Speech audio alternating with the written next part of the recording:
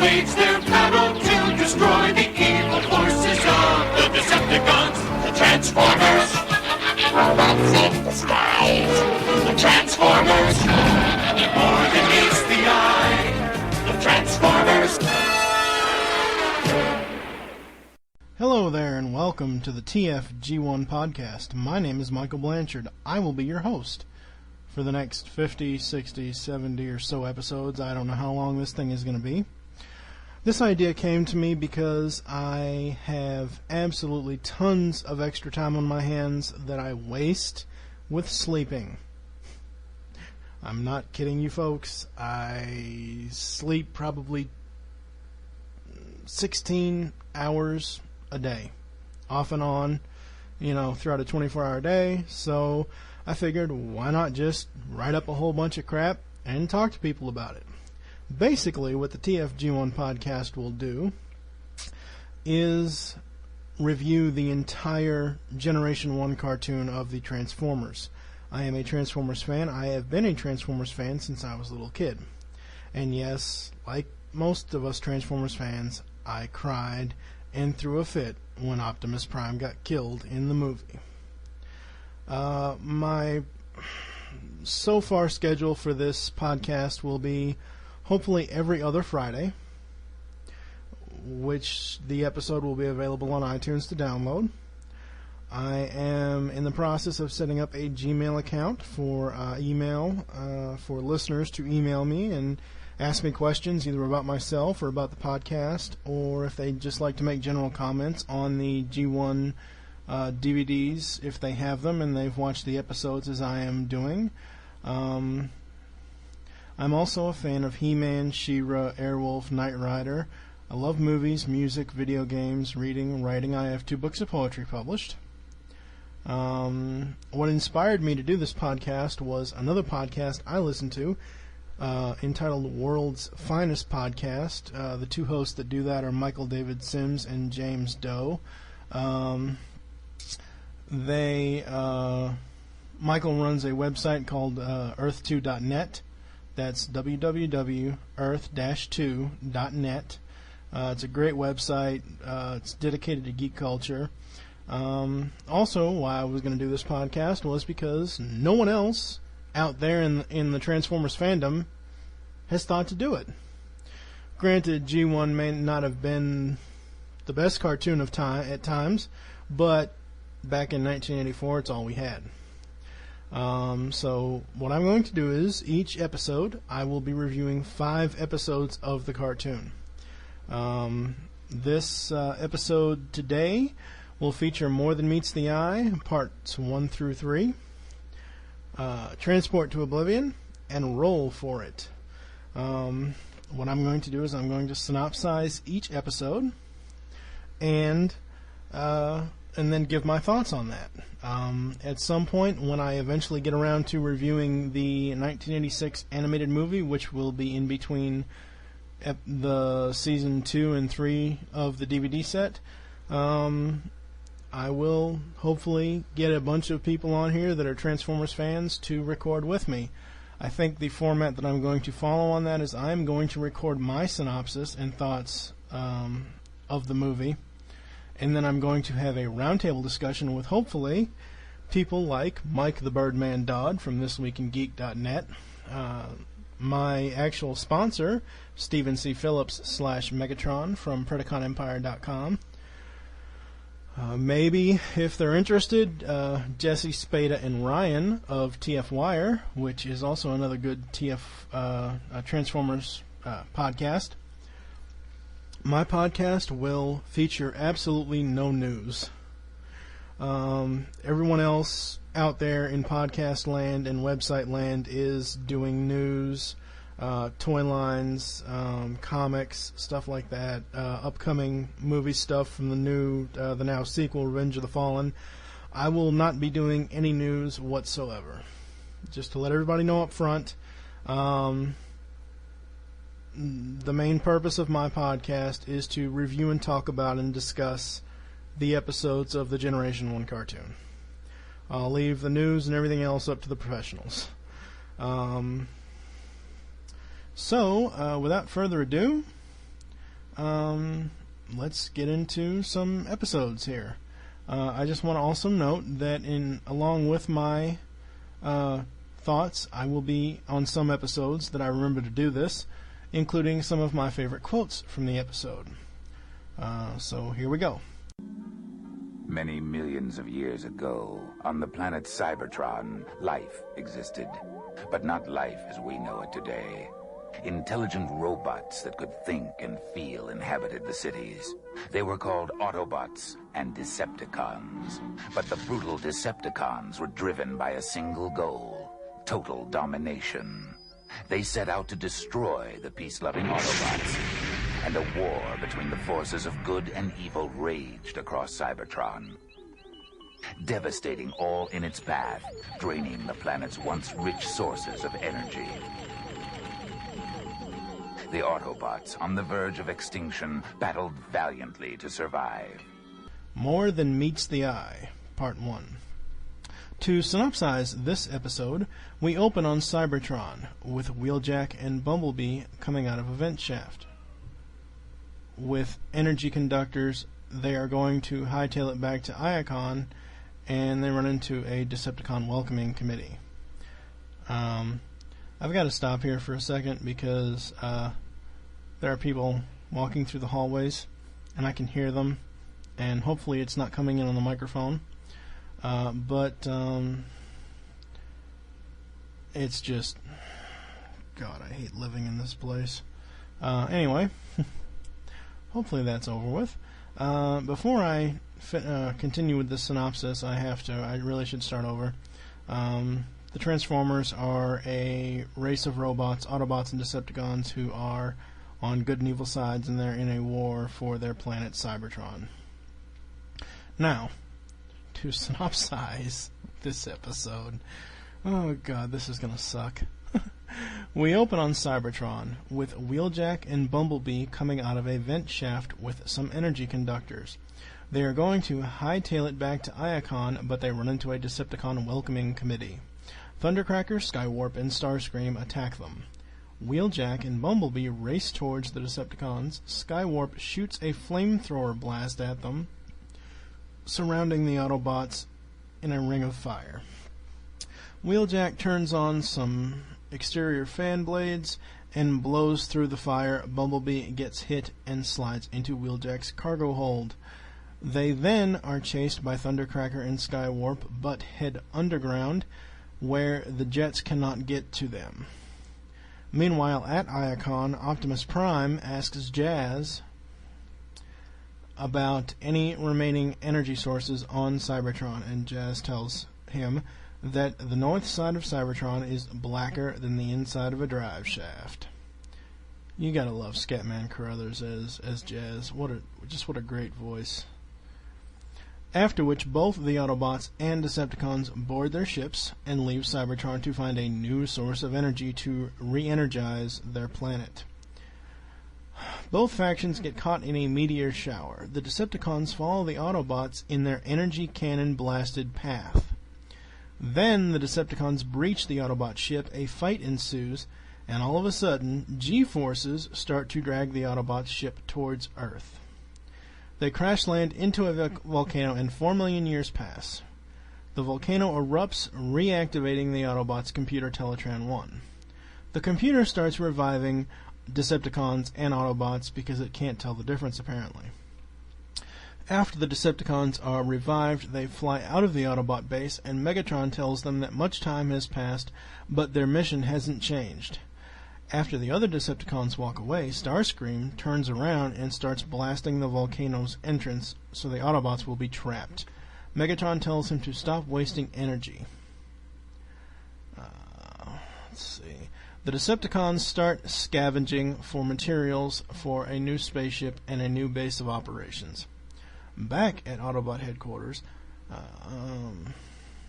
after the Autobots have all been reactivated, Optimus Prime states that the new planet is richly filled with resources of energy. But the Decepticons must know this as well. Prime sends Hound and Cliffjumper to investigate and just see what the Decepticons are up to. He doesn't want them to engage them, but just spy on them, while Cliffjumper is wanting a fight. While on the way to where the Decepticons are, Hound makes the comment of how much Earth is different from Cybertron, to which Cliffjumper replies, don't fall in love with it, we won't be staying that long. Yeah, right.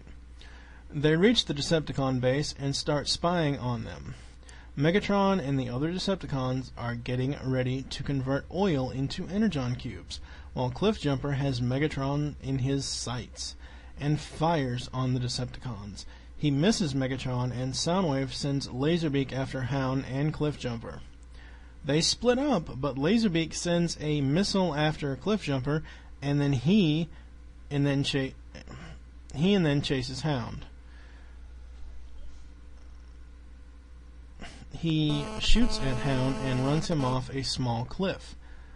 After a while, some of the Autobots show up and help him up. Cliffjumper... Shit, I lost my place. Oh, crap. Back at the Decepticon base... Back at the Decepticon base... Thundercracker and Reflector spy a human vehicle going to the site where Starscream and Rumble got their materials. Megatron tells Soundwave to release Ravage, and he scares the humans away. Hound reports to Optimus Prime what the Decepticons are up to. Prime then tells Jazz to organize a battle unit so they can go after the Decepticons. Laserbeak has found a source of energy for the Decepticons, and they attack an oil platform with humans on it. This is where we meet Sparkplug and Spike. The Decepticons start converting the oil into energon cubes. Starscream shoots off at the mouth, and Megatron tells him that this is just a small sample of the energy that they need. Starscream spots the Autobots flying in, and a battle between the warring factions begins. Megatron blasts the oil platform and a barrel of oil, creating a fire, trapping the humans and Autobots. Optimus Prime attempts to save Spike and Sparkplug, but cannot lift the obstacle, hindering their escape. To be continued. That about sums up the plot of this first episode. Now, this is the first episode. This is the very first episode of the series. It was good. There are some problems with it. Like when it first opens and they're on Cybertron. When Starscream tells the other Decepticons to attack Wheeljack and Bumblebee, it's Thundercracker's voice, but Starscream's mouth is moving. What the fuck? And when Wheeljack and Bumblebee get away from the Decepticons, it's Megatron's voice that says, "After them," but we never actually see Megatron. I don't know what the animators or the voice actors or whoever's fault this was. I don't know what their problem was in this scene. Soundwave's Cybertronian mode. I don't know. I honestly don't know what to say. Because on Earth, he's a tape deck. You know, you want to be small. You know, if you're a Decepticon, you're supposed to be an evil spy. You're supposed to be an evildoer. You want to be small and compact and hide from people. On Cybertron, he is some sort of statuesque thing. I don't know what it is. I have no clue.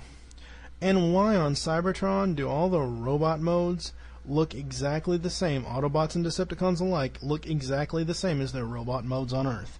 That makes no sense whatsoever. Okay, when they're flying to Earth, the Decepticons make the magnetic junction and the first fight ensues.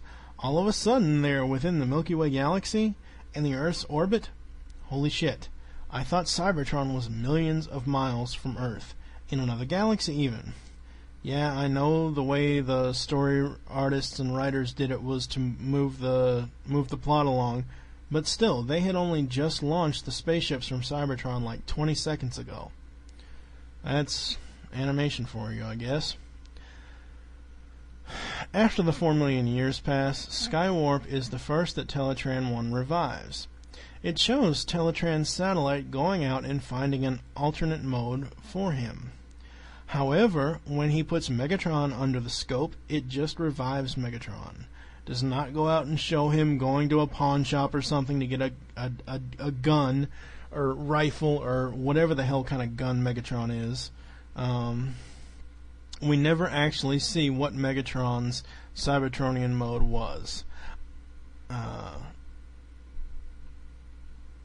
Still, it makes no sense. I know that these are advanced robots and everything, but since when does a cassette deck door have a TV screen with schematics on how to convert the energy into energon cubes in it? Plus, Soundwave actually makes the energon cubes out of his cassette deck door. I know the 80s were, high-tech at the time, and cassette decks and everything else was the high-tech, but I never had any cassette deck when I was a kid that was a TV and could make giant cubes. Makes no sense. And Cliffjumper, when he blasts Megatron. Cliffjumper is a subcompact car, but yet he has a big fucking gun to blast Megatron.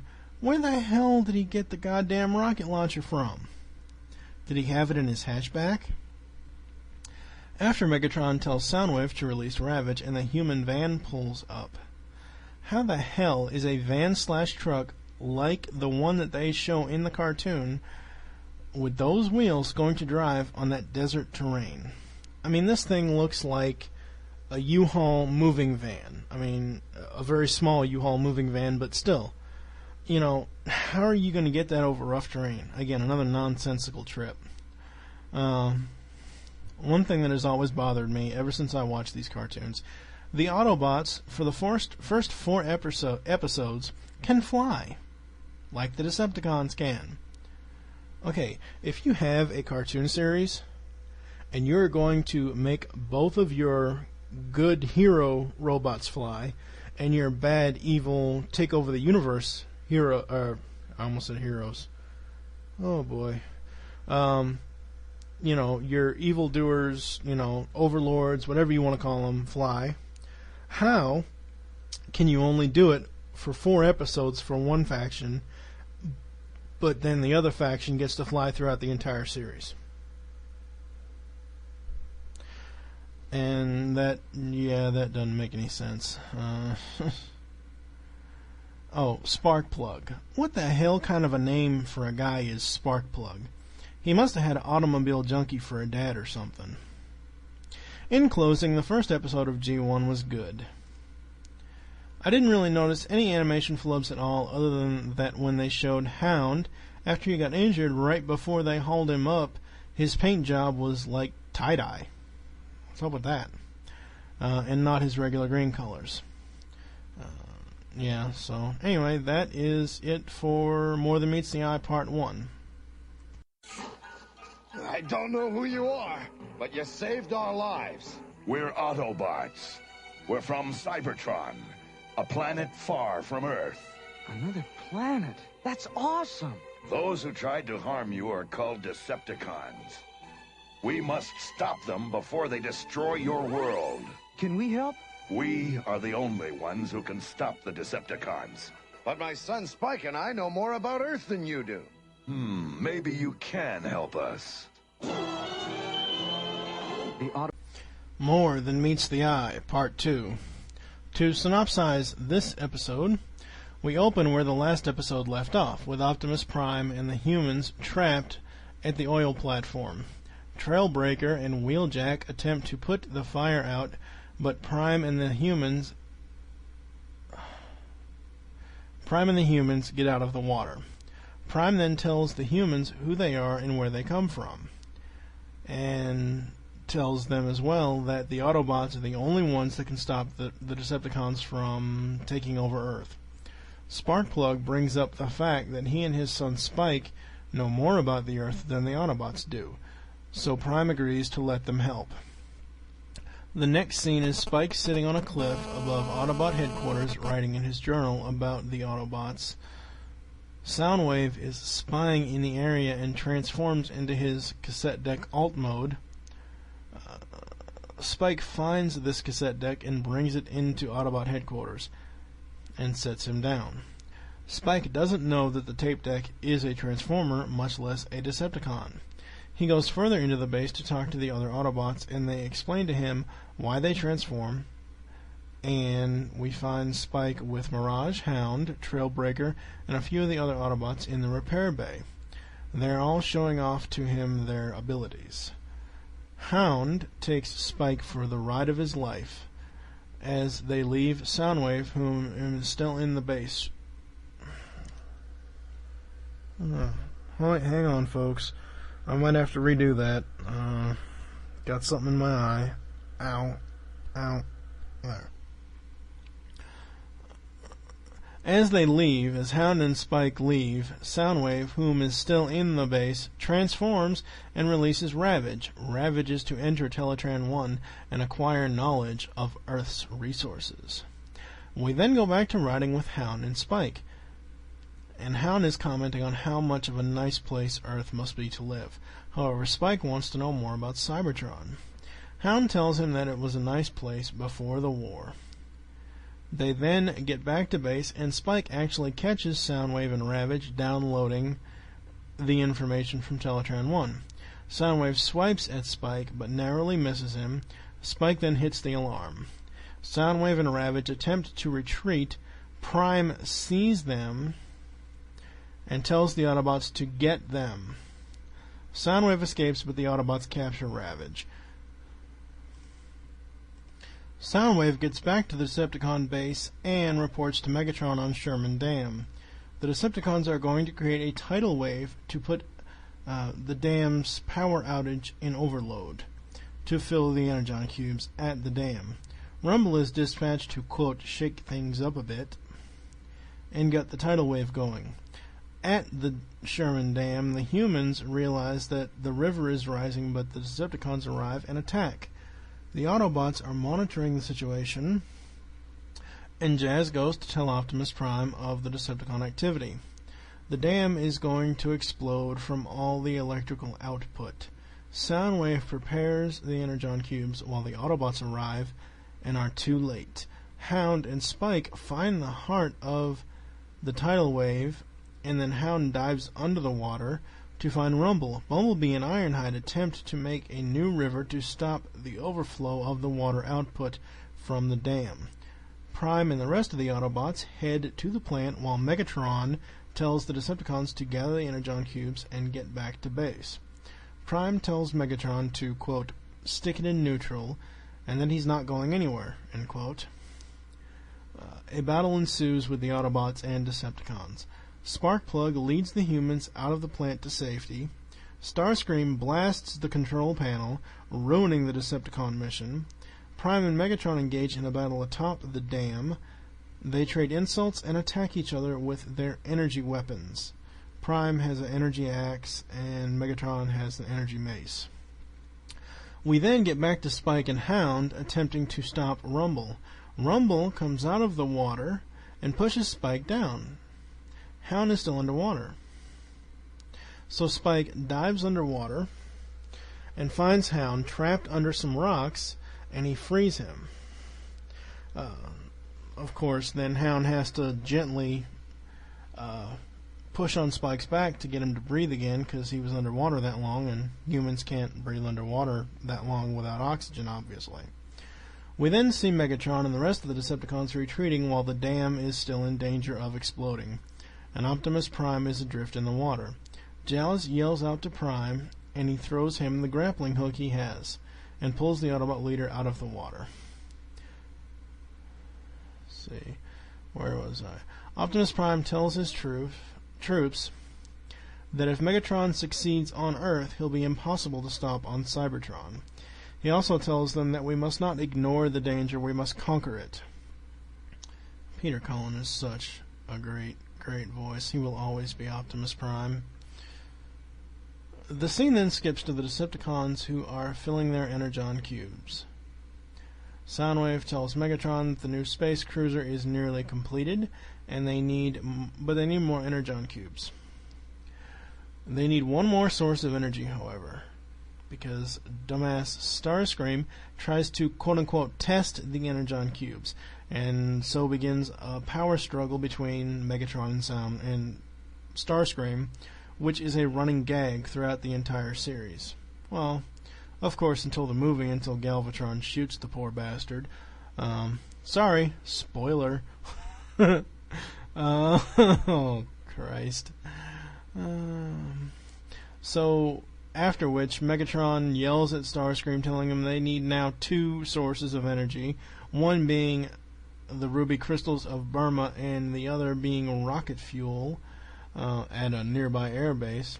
Trailbreaker, Spike, and Sparkplug are spying on the Decepticons and get caught. They call in for help. Sideswipe and Sunstreaker show up to stop the Decepticon attack on the humans and Trailbreaker. At the crystal mines, the Decepticons have a mining operation going to siphon off the energy.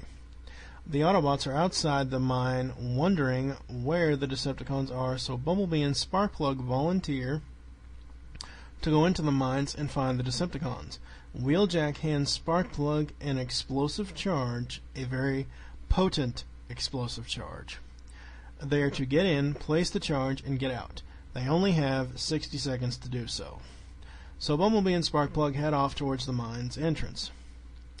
They soon find the Decepticons, whom are loading the last of the energon cubes, and they plant the explosive, but are spotted by Skywarp and Thundercracker. Bumblebee and Sparkplug are now hostages of the Decepticons. Outside, Prime and the Autobots are worried, and Ironhide volunteers to go in after Bumblebee and Sparkplug. Prime states that he'll go and he will use Roller. That Roller is small enough to get in the mine without being noticed.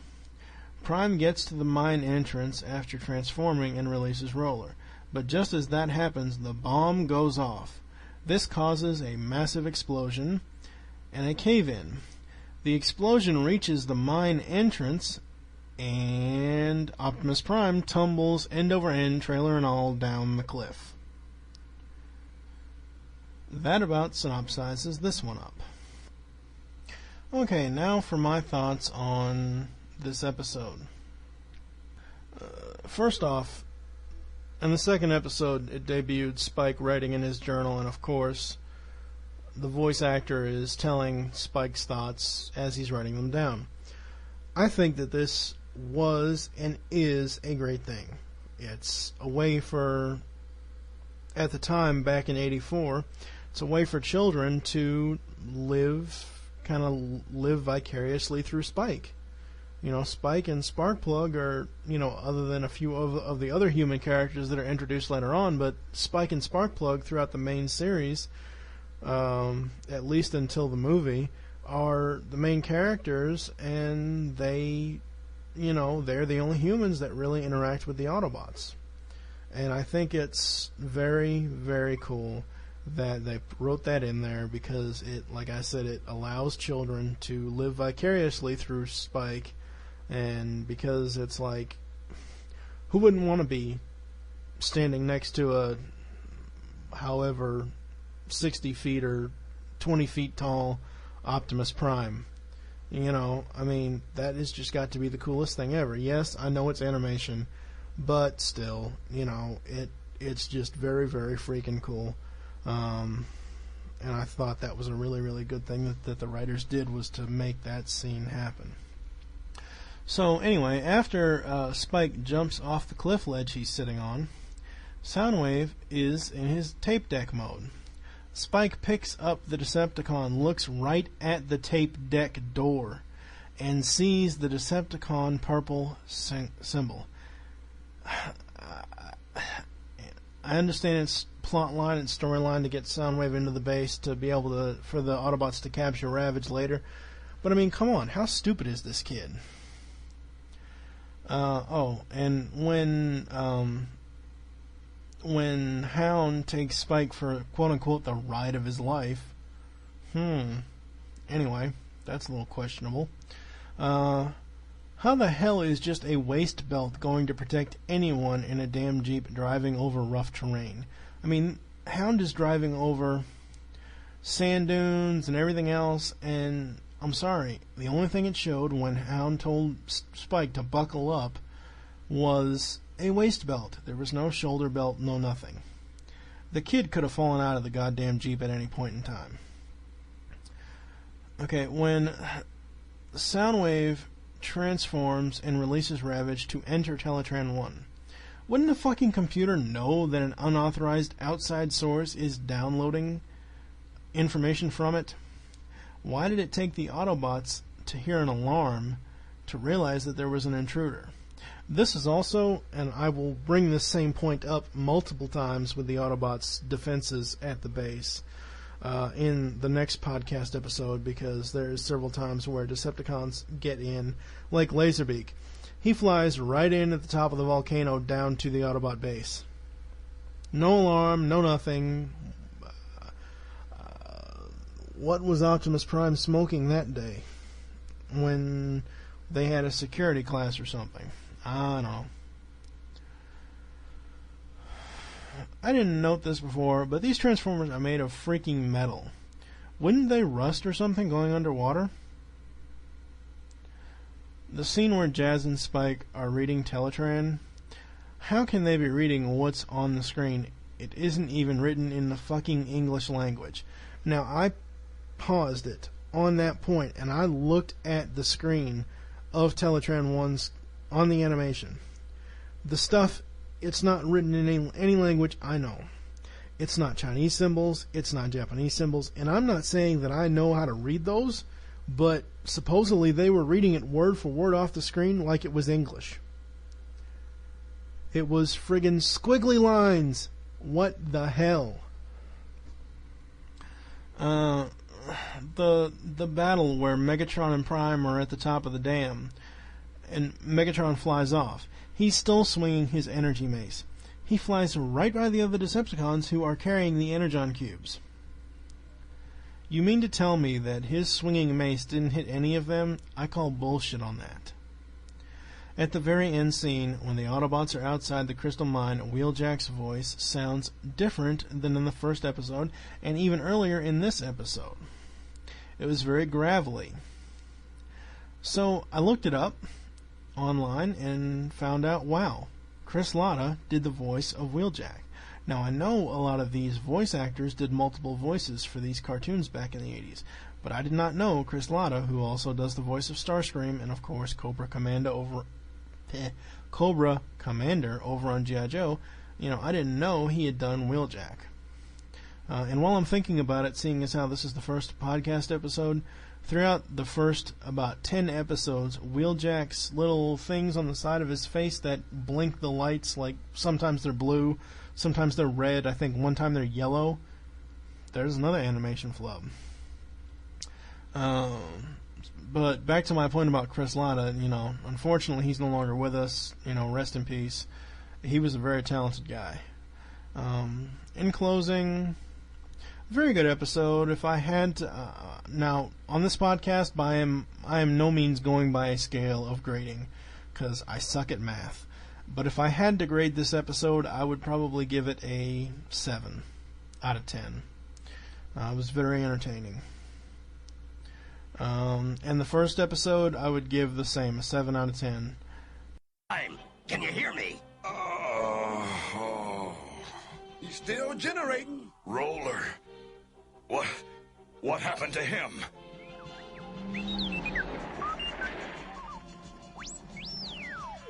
Down but not out.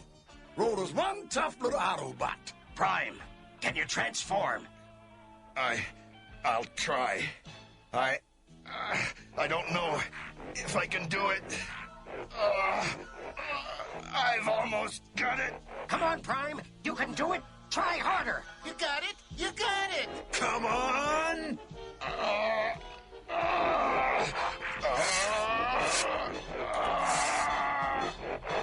There. Welcome back to the land of moving parts. That was some blast you took. The blast. Bumblebee and Sparkplug. Now on to More Than Meets the Eye, Part 3. To synopsize this episode, we open this episode where the last one left off. Optimus Prime is tumbling to his doom after the explosion at the mine entrance. Prime lands on his side, trailer and all. The Autobots rush to him, get him onto his wheels. Prime asks about Roller, and then the little car bot is okay because he rolls out of the mine back to Prime's trailer. Ratchet asks Prime if he can transform. The leader states that he is not sure if he can transform, but he'll try. So we go through a very slow, I'm talking slow transformation process. The Decepticons are trapped in the mines until they blast their way free. They get away with the Energon cubes intact. Ironhide mouths off and chases the Decepticons. Bluestreak goes after Ironhide. They are firing on Megatron, Skywarp, Soundwave, and the other two Seeker jets. Skywarp requests permission to teleport, and he teleports behind the Autobots and attacks them. Skywarp hits Ironhide, and Bluestreak goes after Ironhide to save him. Ironhide is slightly injured and gave the Autobots a pretty good scare. The Autobots head back to headquarters. When we see the headquarters again, Spike is writing in his journal. Mirage and Hound are guarding Ravage, who the Autobots have trapped in a cage. Mirage makes the comment that holograms look so real that no one would know the difference. This gives Hound an idea to trap the Decepticons with a giant hologram of a rocket fuel base. Mirage and Hound are having a conversation to set up Ravage. Hound is twirling the key to Ravage's cage around his finger. As they talk, they decide to tell Ironhide about the rocket fuel, to cheer him up. Mirage asks, "What about Ravage?" To which Hound replies, "Don't worry about him, he's not going anywhere." Hound puts the key into the cage on a hook. Hound puts the key to the cage on a hook on his leg, but unbeknownst to him, he accidentally slaps it off with his arm swinging. Ravage gets the key and escapes. Hound, Mirage, and Jazz see him escape and give chase, but he jumps off the cliff. They head back to base to tell Prime what happened. After telling him that Ravage escaped, Prime says, "Perfect." I'm sorry, I tried to deepen my voice there a little bit because I was trying to pull off a Peter Cullen, but that's not happening. I am no voiceover artist, unfortunately. Because the Autobots are going to trap the Decepticons. At the Decepticon camp, Ravage reports his false findings to Megatron. And I'd like to point out, this is the only difference in voice for Ravage. He does talk, but it is only when he's in cassette mode inside Soundwave. Usually when the Decepticon cassettes are doing reports, it's either the audio that they've captured, like Optimus Prime's voice saying what they're going to do, but this time it was a voice that I guess belongs to Ravage. I don't know who played that voice, but so anyway, after which Starscream opens his mouth yet again, saying that he should lead, and he takes a shot at Megatron. Soundwave warns Megatron, and the leader puts an energy shield up to block Starscream's shot. Then Megatron aims at Starscream, who is now begging for Megatron not to shoot. The Decepticon leader shoots Starscream in the arm, telling him he made mistake number 2. Megatron then states that the Decepticons will attack the rocket base at sunrise. Hound and the rest of the Autobots create a fake rocket base. The Decepticons attack, but in the middle of the battle, Optimus Prime yells out for them to stop fighting. The reason for this is that they have been fighting nothing but a bunch of loose screws. Megatron explains to Prime that while the Autobots have been fighting junk robots, the real Decepticons have been at the real rocket site. The Decepticons have invaded the rocket base and taken over. They are now preparing Energon cubes for a space flight to Cybertron. Soundwave gives Megatron a report on the status of their mission, which Megatron replies, "Get ready to blast off." When then we see the Autobots outside the Ark, Optimus Prime tells them that they have come to a moment of truth. The Decepticons are in position to return to Cybertron, and the Autobots have no choice but to attack them directly. Prime then asks for volunteers, which the Autobots step forward, and Jazz tells them to transform. They are ready to go after the Decepticons at the Decepticon base. Megatron tells Soundwave that they are so very close to conquest, to which Soundwave replies that the space cruiser is ready for boarding. The Autobots arrive at the Decepticon base and attack them. As the battle progresses, Hound and Rumble get into it. Hound tells him he owes him one from Sherman Dam. This is the first time so far that we see Megatron transform into his rifle gun mode, whatever it is. This is also the first, and possibly I have not researched this yet by watching more episodes, but the first and possibly the only time we see Optimus Prime's trailer transform and the guns inside are used. Megatron and Prime engage in a battle between themselves, where Starscream takes aim at them, but Spike throws a rock at his arm, knocking his gun off him. Ravage then attacks Optimus, giving Megatron the advantage.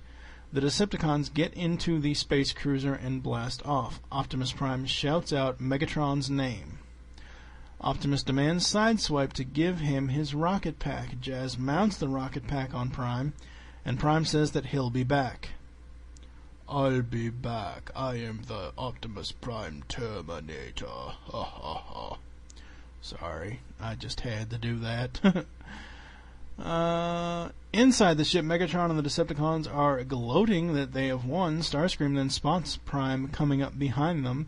Megatron tells them to open the artillery hatch, and they fire on Prime, hitting him and knocking the jetpack off. Prime is tumbling through the atmosphere.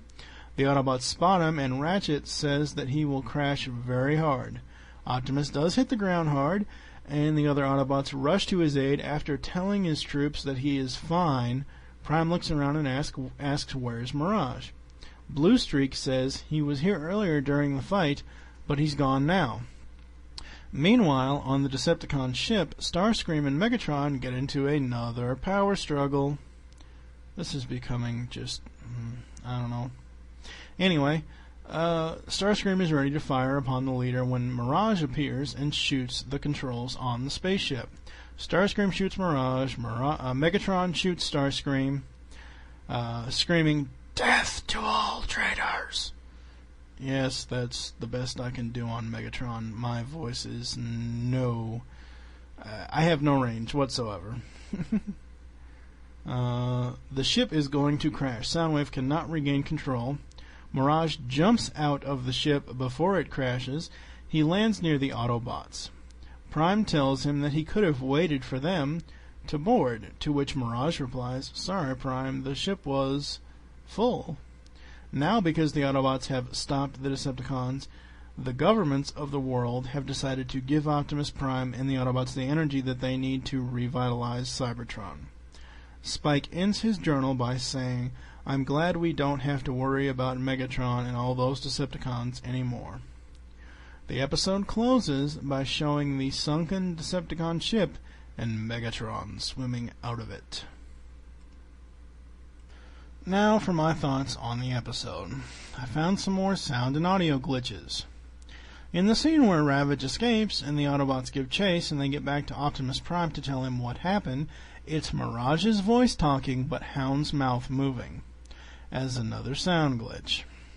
A couple of animation glitches that I caught were the scene where the Autobots are going to attack the Decepticons to prevent them from leaving the Earth. When Hound transforms, Spike is nowhere to be found. In the very scene prior to this, earlier, the scene right before this, the battle at the shipyard there, where the Decepticons are going to blast off, it shows Spike getting into Hound and putting his seatbelt on and them driving off with the rest of the Autobots. But yet, when Hound transforms, no Spike. Let's hope the poor kid didn't end up in Hound's gears. That would have been horrible. Let's see, when Mirage goes to... when Mirage is on the Decepticon ship, and after he's sabotaged it, and he's going to jump, and he goes, I'll say hello to Prime for you, Megatron. Where he goes to open the door, there is no button. I know these are advanced robots. I've said this before. I know they're an advanced race of robots. But every kind of robot, or every kind of anything, has to have some sort of button, knob, something to open a freaking door, even on a fucking spaceship. I'm sorry. That's just the way it is. Mirage's finger presses something. We never see anything move. There's no button. So... And then the Seekers. This pisses me off, and I will reiterate this in a couple of more, probably half the episodes between this first episode of the TFG1 podcast and the second episode of the TFG1 podcast. Every time we see the Seekers, whether it's Starscream and Thundercracker, Thundercracker and Skywarp, Skywarp and Starscream, and Thundercracker and Starscream, or Thundercracker and Skywarp, say Starscream is in a scene, okay? And he's talking.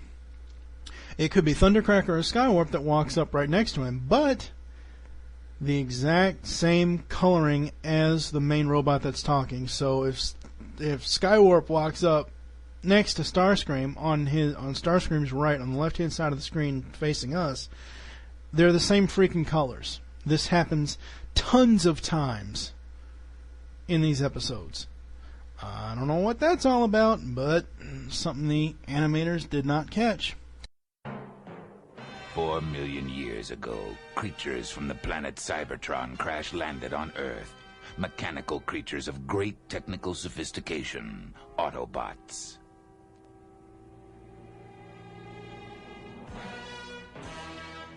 Look out! Decepticon! Cliff Jumper! Cease fire and move it! Sorry, guys, but it kind of looked like a Decepticon. Decepticon? Ha! We sent those oversized tin cans to the bottom of the sea months ago. Yep, the Decepticons are gone for good. Right, Optimus? I wish I could believe that, Ironhide. Next up today is Transport to Oblivion. To synopsize this episode, we open at the Autobot base with Ironhide and Optimus Prime watching I can't tell. It's either the sunrise or the sunset. I don't know. Cliff Jumper is walking out of the base and thinks a rock formation is a Decepticon attacking. Oh... This is a good old time to face palm right now. Just put your palm right in your face. He blasts the rocks, causing a rock slide on Optimus and Ironhide. Prime tells him to cease fire. Cliff Jumper apologizes, and Ironhide states that we haven't seen the Decepticons since we sent them to the bottom of the sea 4 months ago. But Prime is uncertain if the Decepticons are actually destroyed or not. Then we cut to the Decepticons' sunken ship, and the fact that they are not destroyed and are ready to conquer Earth. We then see some sort of plant, some sort of power energy plant. I didn't really catch it, and I didn't write it into the synopsis. But that's the basis of almost every Decepticon plot. They attack some sort of energy plant. Or mine or something. Where human workers are working, there's a loud tape player blaring music, which just happens to be blue and silver and will eventually transform. One of the workers tells the other to turn his tape deck down. The other guy says it's not his. Then, all of a sudden, as I said before, Soundwave transforms. The Decepticons arrive and are draining the solar energy. Okay, it's a solar energy plant. I guess I did add it in later. I don't know. From the power plant. The Autobots are monitoring Decepticon activity and realize this. They go after them. When the Autobots get to the solar power plant, a battle ensues. Prime and Megatron fight each other. The rest of the Decepticons escape with the Energon Cubes, but Megatron tells Soundwave that Prime is target, and he transforms into his gun mode.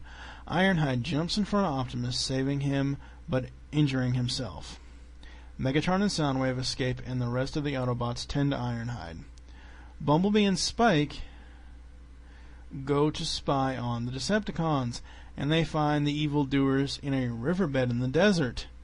They find out that Megatron has built a space bridge to Cybertron and is going to send the Energon Cubes that the Decepticons have collected over the space bridge to Shockwave. This actually marks the first episode we see Shockwave. Well, no, I take that back. It's not the first episode we see him. It's the first episode since the first episode of the cartoon series that we've seen him. Let's see. The only problem is the vehicle that they are going to send over the space bridge needs guidance, and Megatron asks his fellow Decepticons for volunteers. Well, none of the Decepticons are going to volunteer. Bumblebee and Spike get trapped inside the riverbed, and because Bumblebee tries to peel out and he slips and slides down the little cliff there. Starscream wants to destroy them. Megatron says no. They have just volunteered to pilot the vehicle over the space bridge. However, Megatron has run out of time, and the vehicle carrying Spike and Bumblebee does not go over the space bridge. Bumblebee transforms and blasts their way out of the transport vehicle. Spike runs alongside Bumblebee, trying like hell to get inside, but he trips and falls. And Bumblebee cannot get to him because Ravage has been released and is in between them. Thundercracker, Starscream, and Skywarp give chase of Bumblebee. They corner him inside a cave, and Bumblebee transforms, and he thinks, well, they're not going to go up to the top of the cave. Wrong. So he climbs to the top of the cave and to find the 3 Decepticon jets awaiting him. And they capture him. Starscream wants to destroy him, but Megatron alters Bumblebee's memory circuits and sends him back to Autobot headquarters to bring the other Autobots into a trap that the Decepticons have placed. The Autobots roll out for the false location of the space bridge, which is some cave that Bumblebee gives them. Laserbeak is spying on the Autobots to see what they're going to do, and he reports it back to Megatron as the Autobots drive off. Laserbeak flies back to the Decepticon underwater headquarters. That's one thing. I'm sorry to interrupt this synopsis, but I kind of have to take a breath here. That's one thing that I always liked about these early Generation 1 episodes, was that it was really cool that the Decepticons had an underwater base with some sort of up periscope type of entrance deal that they had to go into and out of, instead of just diving down into the water. I thought that was like a really, really cool thing. The Autobots reach the cave where the Decepticons have laid a trap for them. Gears thinks that there's something wrong with Bumblebee's memory chips. Hint, hint. The battle rages and Prime returns the favor to Ironhide by helping him. However, Optimus's foot gets caught in a rock formation and Megatron is about to blast him. When Bluestreak shoots at Megatron, Shockwave radios Megatron telling him that they need to get their asses back to the space bridge. He didn't say that, I just put that in there. Because it is about to open. The Decepticons leave the cave and head for the riverbed. Starscream says to Megatron that the Autobots will follow them and learn the location of their space bridge. Megatron replies, "No Autobot will leave the cave alive." And they both blast the cave entrance so it is blocked by rocks. Ratchet goes over to Bumblebee and starts to repair him, and the medic bot reports to Optimus that a bank of Bumblebee's circuits have been altered. Bumblebee, after Ratchet fixing his altered circuits, remembers the real location of the space bridge. The Autobots concentrate their firepower and blast out of the cave, heading for the riverbed. At the riverbed, Shockwave tells Megatron that the space bridge will only be operable for a maximum of 4 minutes. Ravage growls at Spike, who is trapped in an energy net. Soundwave tells Ravage to stand aside because Megatron is going to put Spike into the next transport vehicle. The Autobots arrive and start attacking the Decepticons. Bumblebee is going to get Spike out of the mess that he got him into in the first place. Prime assists Bumblebee by blasting the top of the Space Bridge vehicle's door. He also blasts Spike's seatbelt harness, which one thing I did notice about this, Prime actually adjusts his rifle. I don't think I ever see him do this any other time, but he does in this episode, and I thought that was really cool. The Autobots fire on Megatron. They fire on the Space Bridge vehicle and destroy it. As a reaction to this, Megatron gets knocked into the Space Bridge as it closes, and Megatron is sent to Cybertron. Now that Megatron is gone, Starscream, of course, attempts a takeover. Shock, shock. And tells the Decepticons to retreat. The Autobots rejoice in the fact that Megatron is gone, but Prime says he wishes he could be certain. When we then close the episode with seeing Megatron back on Cybertron and telling Shockwave that he will be avenged. Now for my thoughts on this episode. So, more than meets the eye, the three-parter was a very good start to this series. I think it introduced us to the Autobots, the Decepticons. It introduced us to actually a lot of characters, even though we will get a lot more down the line. I think that it just is a very good introduction to the Transformers history and timeline and everything else. Couple of sound and audio glitches I found.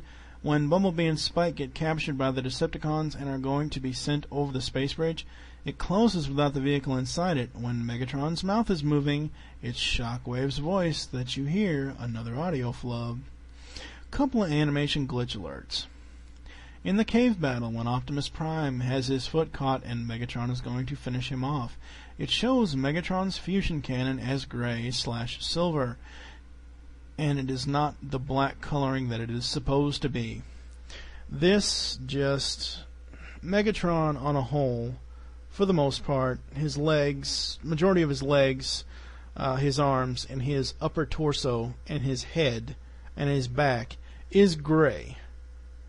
The fusion cannon on his arm is black with a little red dot button or something, whatever it is, up at the upper part of the arm. But in this scene that I saw, it was gray. I don't know if that was a color flub from the animators or if it...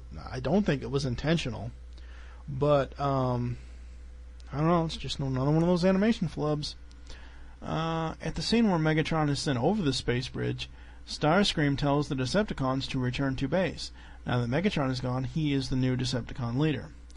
Well, this is the same thing I mentioned earlier.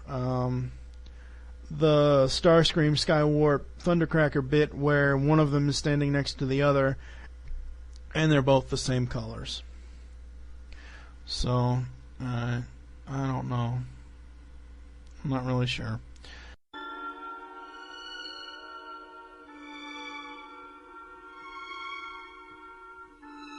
Shockwave, I must get back to Earth. There's no telling what damage that fool Starscream has done in my absence. You'll know soon enough, Megatron. I don't have to tell you what's ahead of us. They've got to be stopped, and we're the only ones who can do it. They're within attack range. When we're done with them, they're gonna wish they'd never been assembled.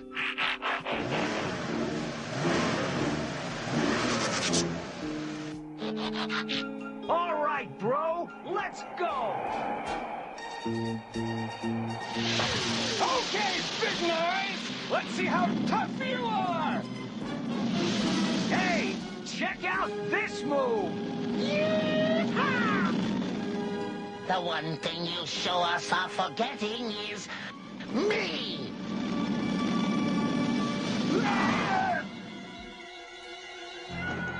Oh! Hey, I get the feeling our jet judo needs a little more work.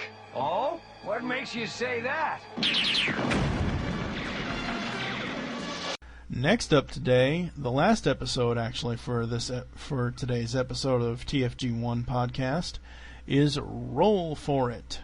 To synopsize this episode, the The episode starts off with Starscream leading the Decepticons to a power plant and blasting up the place. We then see Optimus and the Autobots en route to the plant to stop them.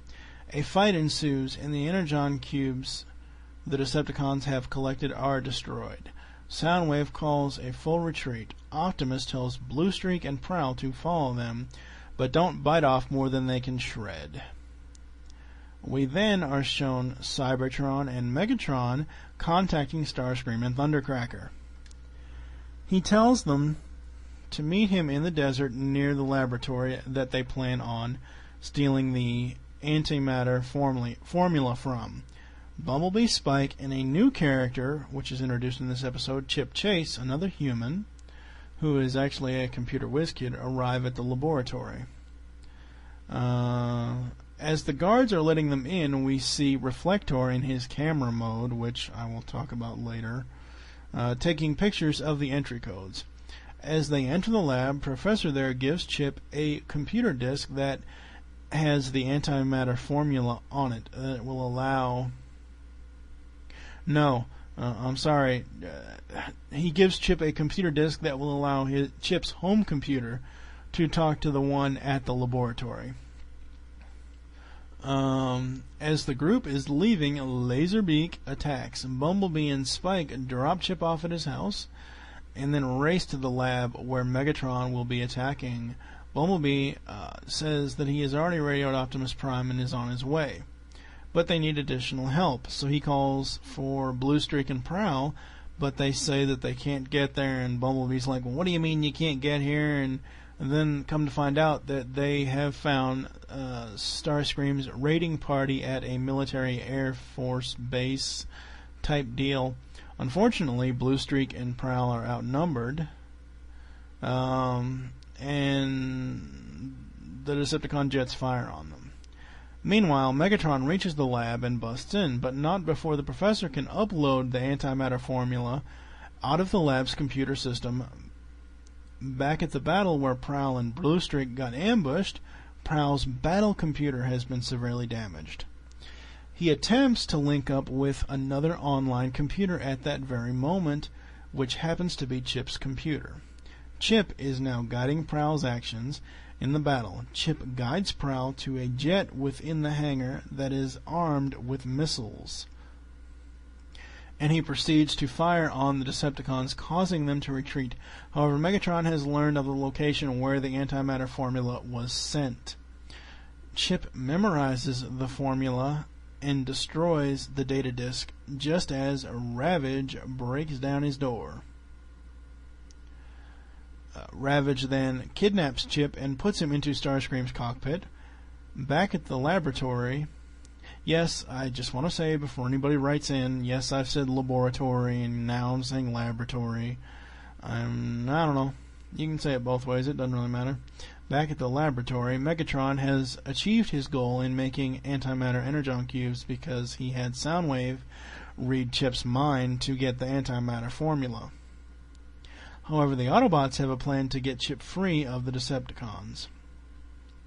Hound uses his holograms, and Mirage goes invisible to create a distraction for Spike and Bumblebee to rescue Chip. The Autobots send in Optimus Prime to retrieve the antimatter energon cubes, but it is already too late. Megatron throws one at the Autobots, and there is a giant explosion. The Autobots survive the explosion. The Decepticons survive the explosion, but the Autobots are very badly damaged and head back to headquarters for repairs. At the Ark, which is the Autobots' ship, I guess. I don't know if... I'm not really sure if at any point during the series do they call it the Ark, but from watching Beast Wars and Beast Machines, that's what they called it in that, so I don't know, whatever. Ratchet looks over the battle unit that has come back, and they're in very bad shape. Chip is feeling down about memorizing the antimatter formula, and the Decepticons getting it from him, but Wheeljack has a plan for its use. The Autobots are getting repaired when Teletran 1 picks up some Decepticon activity. They are in attack range of the Autobot base. Sideswipe and Sunstreaker head out to attack the Decepticon jets, something which they call Jet Judo. The Autobots send in Optimus Prime to retrieve the antimatter energon cubes, but it is already too late. Megatron throws one at the Autobots, and there's a giant explosion. The Autobots survive the explosion. Okay, I already read that part. Chip is feeling down about memorizing the antimatter formula. Sorry about this, folks. This is going to, like I said, this isn't the inaugural episode, so it's going to be kind of rough. Lost my place. Okay, the Decepticons are in attack range of the Autobot base after Teletran 1 finds some Decepticon activity. Sideswipe and Sunstreaker, yeah, the Jet Judo, read that. Sorry, folks. Wheeljack's plan is to have Teletran take over the antimatter that's inside Megatron. Chip places a module on Skywarp that negates the control of his own limbs. Teletran 1 now has control of Skywarp and control of Megatron's gun, which his core temperature is rising. Megatron needs to dump the antimatter or it could destroy him. He does so. Megatron dumps the antimatter. Optimus Prime blasts him. After the explosion of the antimatter energon cubes, the Decepticons are defeated this day and they retreat. Chip is called a hero. The Autobots rejoice and they're excited and everything else, and all in all, a good episode. Now for my thoughts. First off, when the Decepticons raid the plant, the guy on the phone that calls for help, he says, "Help, Decepticons," and he screams, "Wah!" Whatever the hell kind of scream he's got. First off, who'd he call? First, he didn't dial anything, he just picked up the receiver. Do all electrical plants have a just straight line into Autobot headquarters? Or police headquarters? Or whatever? Because then approximately 2 seconds after the guy picks up the phone and calls the thing, or whoever the hell he called, police officers are there. Yeah, right. Police response ain't that damn fast. I'm sorry, it's not. I love the look of Cybertron and the way the camera panned into its view from the galaxy star it's next to. Yeah. The time thing. If these are truly advanced robots and everything, why do they switch from using units of time like 5 billion astroseconds to our times, 11 minutes, 12 minutes, an hour, whatever? What the fuck is an astrosecond anyways? Can anyone answer that for me? Anyone? I don't care who, just email me, tfg1podcast@gmail.com. The episode showcases Reflector quite a bit. Question: why the fuck is he 3 robots but only 1 camera? That makes no sense. When Prowl gets hurt and his battle computer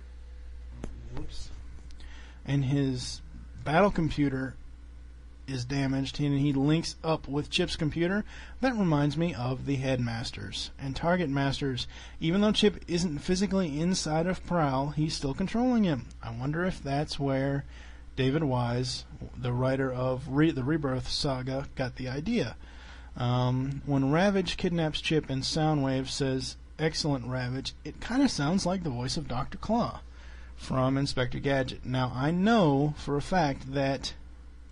So, I'm thinking that's where... Oh, crap. Shit, lost my place. Yeah, anyway. So, I know for a fact that Alan Oppenheimer did the voice of Dr. Claw, and it was not Frank Welker. But just when he says that thing to Ravage and his voice is all gravelly, it kind of sounds like Dr. Claw. Here's yet another gripe. When Bumblebee and Spike rescue Chip, Bumblebee stands over them, the top of the 2 humans, and transforms, catching them inside of him. What the fuck? I have never seen a transformation like that since I started watching these episodes. And that brings us to a close on the inaugural episode, the very first episode of TFG1, the podcast, TFG1 Podcast. My name is Michael Blanchard. I am your host. Hopefully in future episodes I will have other guest hosts. I would like to eventually get, and I think I've said this before in this podcast, I don't know if I have, I would like to get Mike the Birdman Dodd on here. I want to thank my sponsor, Stephen C. Phillips of PredicaunEmpire.com, who so graciously agreed to host my podcast for me. You're a great guy, Steve, and any Transformers fan is okay with me. So, as long as they're not RID fans. No, I'm joking. Or fans of Wheelie. No, I'm just kidding. I'm just trying to have some fun here. So, thank you for listening to the TFG1 podcast. Please tune in next time when I will be reviewing the following 5 episodes from Transformers Generation 1 Season 1. Divide and Conquer, Fire in the Sky, SOS Dinobots, Fire on the Mountain, War of the Dinobots. You may send emails with questions or comments to tfg1podcast@gmail.com. Until next time, have an excellent day and keep watching those cartoons. Autobots rule.